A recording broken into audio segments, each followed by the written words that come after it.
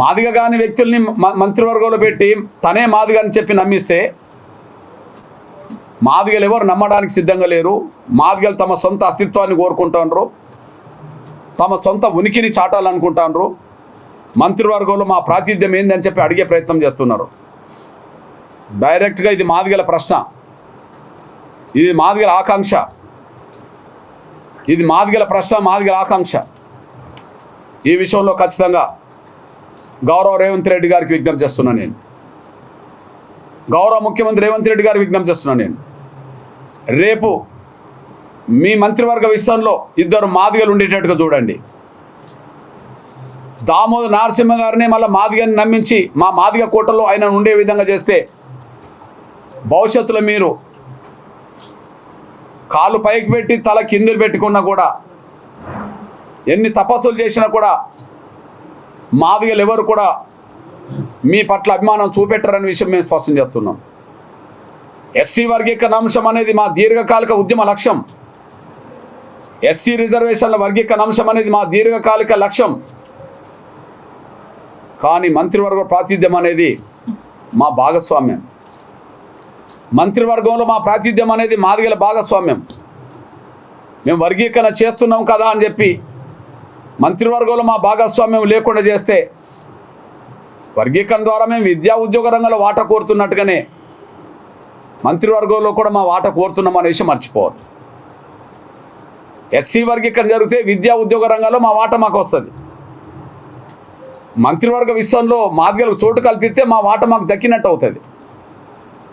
ఒక చోట మేము చేశామని చెప్పి ఇంకొక చోట విస్మరిస్తే మీ పట్ల అభిమానం పెరగడానికి అవకాశం లేదు, కానీ తగ్గిపోతుందనే విషయం కూడా మర్చిపోద్దని కూడా గుర్తు చేస్తున్నాను నేను. అందువల్ల ఏది ఏమైనా ఖచ్చితంగా మంత్రివర్గ విషయంలో మాదిగల పక్షాన ఇద్దరికి చోటు కల్పించాలని చెప్పి మేము డిమాండ్ చేస్తూ, ఎస్సీ వర్గీకరణలో శాసనసభ ఆమోదించిన దాంట్లో లోపాలను సరిచేసే విధంగా ముందుకు రావాలని కోరుతూ త్వరలోనే భవిష్యత్తు కార్యాచరణ రూపొందిస్తాం. మొన్న మా 1,00,000 డప్పుల కార్యక్రమం వాయిదా పడ్డది. ఫిబ్రవరి 7న జరగాల్సిన 1,00,000 డప్పుల కార్యక్రమం వాయిదా పడ్డది. అది వాయిదా పడ్డదేం కానీ పూర్తిగా రద్దు కాలేదు. అది వాయిదా పడ్డదే కానీ పూర్తిగా రద్దు కాలేదు. ఖచ్చితంగా ఏనాడైనా జరిపి తీరుతాం. అది వాయిదా పడ్డదే కానీ రద్దు కాలేదు. అది మా సాంస్కృతిక వాయిద్యం.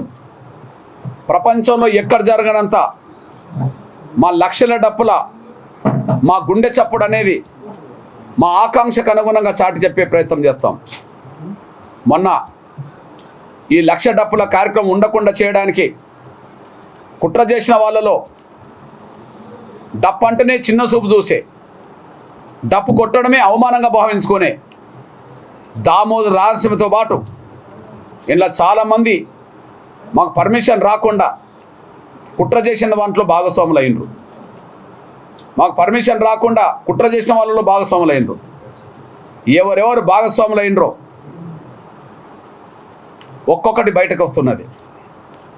పర్మిషన్ రాకుండా చేయడంలో డప్పు అంటే ఎవరైతే అవమానించారో, డప్పు కొట్టడం ఎవరైతే చిన్న చూపుగా భావించుకుంటున్నారో వాళ్ళు చాలామంది భాగస్వామి అవుతే, ఆ భాగస్వామైన వాళ్ళలో పర్మిషన్ రాకుండా చేయడంలో దామోదర్ పాత్ర ఉన్నదనే విషయం వెలుగులోకి వస్తున్నది. ఈ నేపథ్యంలో ఖచ్చితంగా చెప్తున్నాం, ఖచ్చితంగా 1,00,000 డప్పుల కార్యక్రమం వాయిదా పడ్డది కానీ రద్దు కాలేదు. జరిపి తీరుతాం.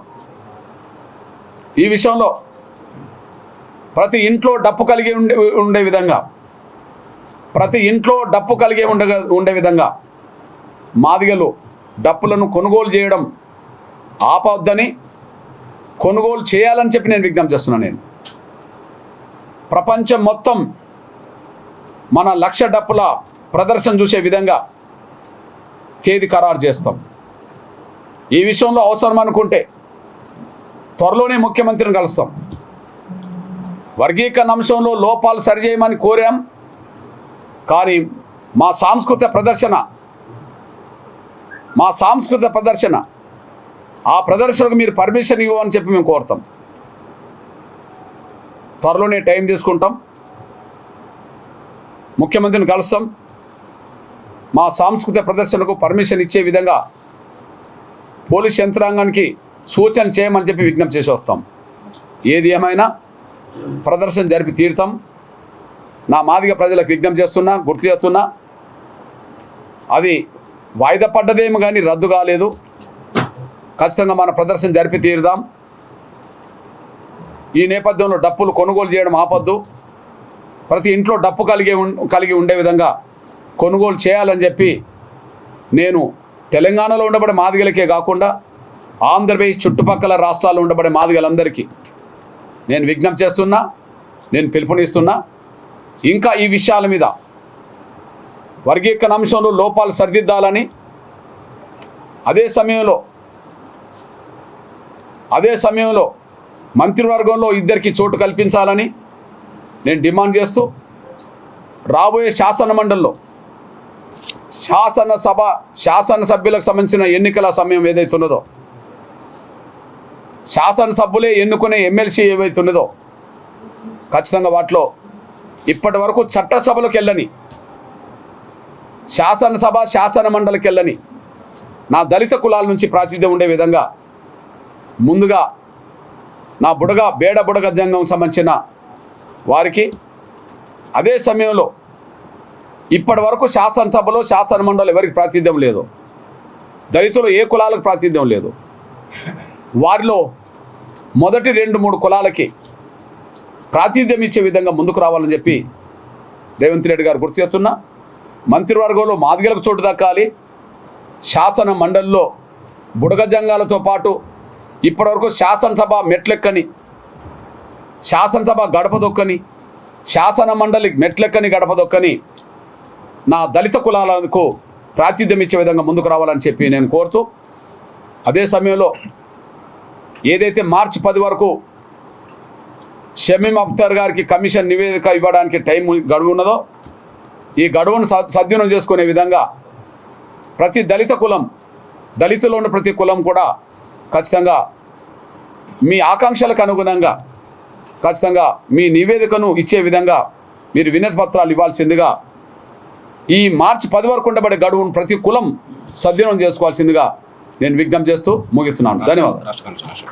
అదే సమయంలో ఈ భవిష్యత్ కార్యాచరణ మీద, మంత్రివర్గంలో మాదిగలకు చోటు కల్పించాలి దాని మీద, లోపాలు సరిచేయాలనే దాని మీద, శాసన మండలిలో బుడగ జంగాలతో పాటు ఇప్పటివరకు శాసన మండలి మెట్లెక్కని దళిత కులాల నుంచే ఖచ్చితంగా శాసన మండలికి పంపించాలనే విధానం మీద భవిష్యత్ కార్యాచరణ రూపొందించడానికి ఈ నెల 24న హైదరాబాదులో